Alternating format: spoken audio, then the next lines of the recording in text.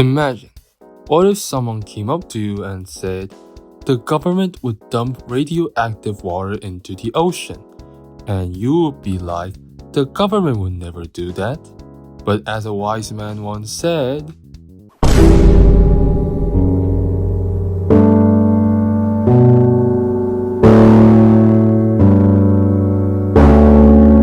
I'm probably not qualified enough to talk about this stuff, but the problem is no one is talking about it. I expected Kyle Hills to make video about this, considering he makes a lot of radiation related stuffs, but he didn't. Fukushima Water Release is a topic that has caused many debates. In this video, I will try to summarize the events and controversies surrounding Fukushima's water without making it 30 minutes long. And at the end, I would end off with my own conspiracy theory. There will be some information missing or explained vaguely, so in that case, I linked all sources that I used for my research. So if you think my words are all BS, then you could check out the description so you can make out yourself, because only one you can trust is yourself. Yeah. All the way back in 2021, April 13th, Japanese government ultimately decided to release the over 1 million tons of contaminated waters of Fukushima. The reason for release? Probably because of all the money used on maintaining those water tanks. Japanese government and TEPCO, Tokyo Electric Power Company, insist that by utilizing ALPS, Advanced Liquid Processing System, which is a system that removes 62 radionuclides from contaminated water with the exception of tritium, the water would have low radioactivity and safe to release. Plus, the water would be released over the course of 30 years, so the effects would be minimal, they say. Now, tritium is a radioactive material. However, according to IAEA, it has 13.32 years of half-life and even shorter half-life inside the human body, about 7 to 14 days. Moreover, Japanese government has repeatedly brought up the 30 years gradual release and further emphasized that the tritium level in their tanks are equitable to that of a drinking water. For the US government, they actually applaud the Japanese government for its transparency and cooperation with IAEA during its investigation, and claimed that it has followed international safety standards on nuclear energy. On top of that, many nuclear experts showed up to say that Fukushima's water release would be totally harmless.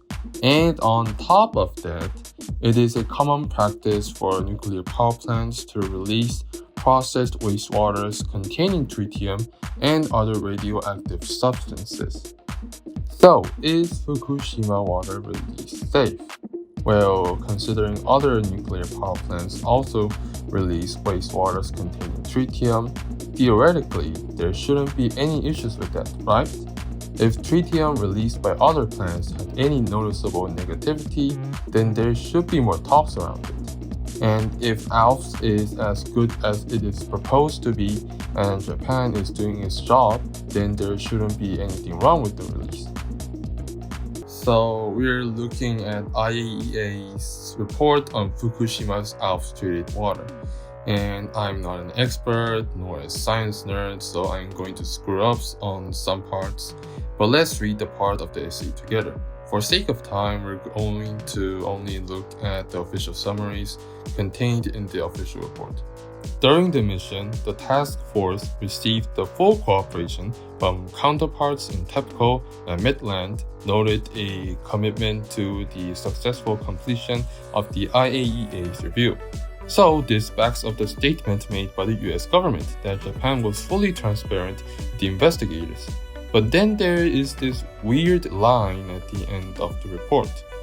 TEPCO provided a detailed overview of the radiation protection programming. However, the task force noted that further information is needed on the approach for the reassessment of our site on a periodical basis, taking into consideration the evolution of the radiological conditions in the relevant areas and during operation. The task force continued that it would be useful for TEPCO to present separately the programming of monitoring and assessment of occupational exposure, including individual monitoring, workplace monitoring, assessment of exposure, investigation levels, recording levels. The task force asked TEPCO to clearly describe the procedure they follow for optimization of protection and safety of valves. The task force requested a comprehensive explanation of how TEPCO is meeting dose limits, optimizing doses to workers, and further information for. So reading this felt weird, like the paragraph ends so vaguely, and considering how in the rest of the report it complements TEPCO's dedication on this program. Here is a line from page 30. The task force recognized the enormous amount of analysis performed by TEPCO for the conduct of the safety assessment, the level of detail, its comprehensive approach, as well as the fact that a large number of potential single failure events were taken into consideration for the development of the design criteria for the discharge of ALPS treated water. Like, this part is like just complimenting TEPCO for its level of detail and analysis and transparency and all of that. But then at the last summary, it just says words like asked or requested, clearly describe, and words like further information is needed. But maybe I'm just looking at the article in the wrong way, and I might be just dumb. After all the info I got regarding IAEA seem to show that IAEA is kinda on board with the Fukushima Water Release, considering the Director General of IAEA, Rafael Mariano Grossi, shows positive response towards Japan's ALPS program. Then there is other stuff. Because a nuclear fuel rod was melted down during Fukushima disaster, there are more than 60 radioactive materials inside the wastewater. However, the government did not show proper info regarding the processing of those radioactive materials and keeps on repeating, well, the rest of the materials are adequately processed and tritium has short half-life, so no problems. Moreover, some experts insisted that releasing wastewaters from a failed nuclear power plant is an unprecedented situation and emphasized the possibility that other radioactive materials outside of tritium could be remaining inside the wastewater, which leads to an idea that these materials would be accumulated under the sea floor, and these would probably accumulate inside fisheries, and we would consume those fisheries and get our DNA damaged, and so on and so forth. Now, let's address the fact that how weird Japanese government's attitude was throughout this whole shenanigan. In one of the interviews, Aso Taro, the finance minister of Japan, said that the Fukushima wastewater, you ready for this, is drinkable. You know exactly where this is going. This started a trend among people to argue upon the Japanese officials to drink the Fukushima water. Not to mention the fact that Japanese government have been neglecting disagreements from surrounding countries. Like Korea said, you should probably never do that, and said nothing. Taiwan said that's probably a bad idea, and did nothing. China even go further and said US is a complicit, and you should probably never do that, and it was unfazed. And the funniest part is that North Korea's news report phrased Japan's decision as crime against humanity, which is, if North Korea have something to say about something outside firing nukes, then I don't know what to make out of this. Like, the US government and IAEA was positive with it, but like Korea said it was a BS, China said it was a BS, almost every neighboring country said it is a BS, and in one odd case, Japan's reconstruction agency utilized characters from Yuru Kara to advertise tritium. Like, legit not lying, they actually did this. And of course this is considered a BS, like why would you present radioactive stuffs with cute cartoon characters? Not to mention, it was later revealed that 1 out of 25 ALPS purifiers were actually working, and rest of them had most of their filters broken for some reason, and TEPCO knew this and went hush-hush. And there is more BS regarding Japan's decision that I didn't go into detail. But the biggest opposition came from the fishing community. I mean, it is quite obvious why fishermen would oppose against this. Like during interviews from multiple broadcast stations, they repeatedly showed concern and distaste toward Japan's decision on releasing contaminated water, which would probably discourage people from buying their product and ruining the fishing industry. Also, Greenpeace is in the major opposition side on Fukushima Water Release, and there is an entire dedicated program about this subject. So in summary, there is one side who argues that Fukushima's wastewater is safe to release, while the other side proposing that it is radioactive and dangerous. Currently, Fukushima's water release is scheduled to be happening during this year's April. So now you can just leave this video with that information, or you can continue to listen to my crazy rant.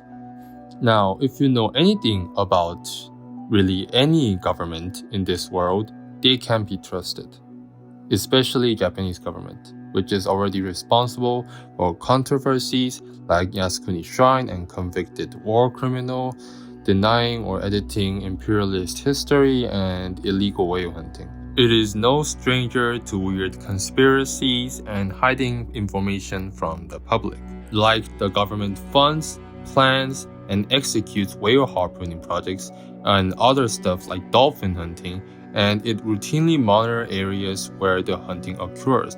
Basically, we cannot ignore the possibility that Japanese government is hiding information regarding the wastewater. But the investigators said that there was no issue with the water, right? But we also can't ignore information like the purifiers being broken and the processing not executed properly, and the existence of hazardous radioactive materials. Moreover, if Fukushima water was really that safe and it had nothing shady going on to the point of being drinkable, then why would they just not drink the water? Like the officials bragged about the wastewater reaching the WHO standards and everything else. Why would they not use that water for utilities? Like it would have so much potentials. Like imagine, water shortage wouldn't be a problem for like 10 years or something. Plus, it would be a good image making for Japan in a way of symbolizing their overcoming of this disaster that happened a decade ago. But they don't, because they know something is wrong with the water. And they constantly use the word treated water to give a positive image, and does not mention any other materials outside of tritium and its low dosage, as if to emphasize how risk-free this release is. But if so confident about their abilities, why keep on advertising it? As if it is trying to earn someone's qualification. It is also comedic that out of all countries, the only influential one that is supporting this release is the US government, and the rest of them are either silent or protesting against it. In sum, I think Fukushima water cannot be trusted. If I'm wrong about it, which it could be, then it will be fine. However, if I am right, this could end up with the worst nuclear disaster. It would be slow, but disastrous for us. Half of the fishing industry would go bankrupt as the radiation spreads across the entire Pacific Ocean. We could also expect more radiation-related diseases across the globe. I am not certain if Fukushima's wastewater would have detrimental effects on marine population, or maybe beneficial considering it will probably refrain people from overfishing, or I don't know. The most scary thing about this kind of event is that both possibilities are probable, and we can only wish the outcome to be positive. Whatever the case is, don't dump it. We've seen countless examples of humanity intervening or damaging nature, and 99% of times it always ended badly, like we spent millions of dollars just to clean up the mess we created. Either way, I don't want this idea to be executed. Good or not, it should not. That's all I can say about this. Until someone like Kyle Hills makes a more professional take on this subject, then my words would get buried under the grave. If you reached the end of this video, thank you for watching, and please do not subscribe and do not leave a like.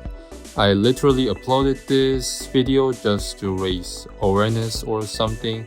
Like the news is like Japan is going to dump radioactive water right into the Pacific Ocean and no one is talking about it. I don't know what would happen after April.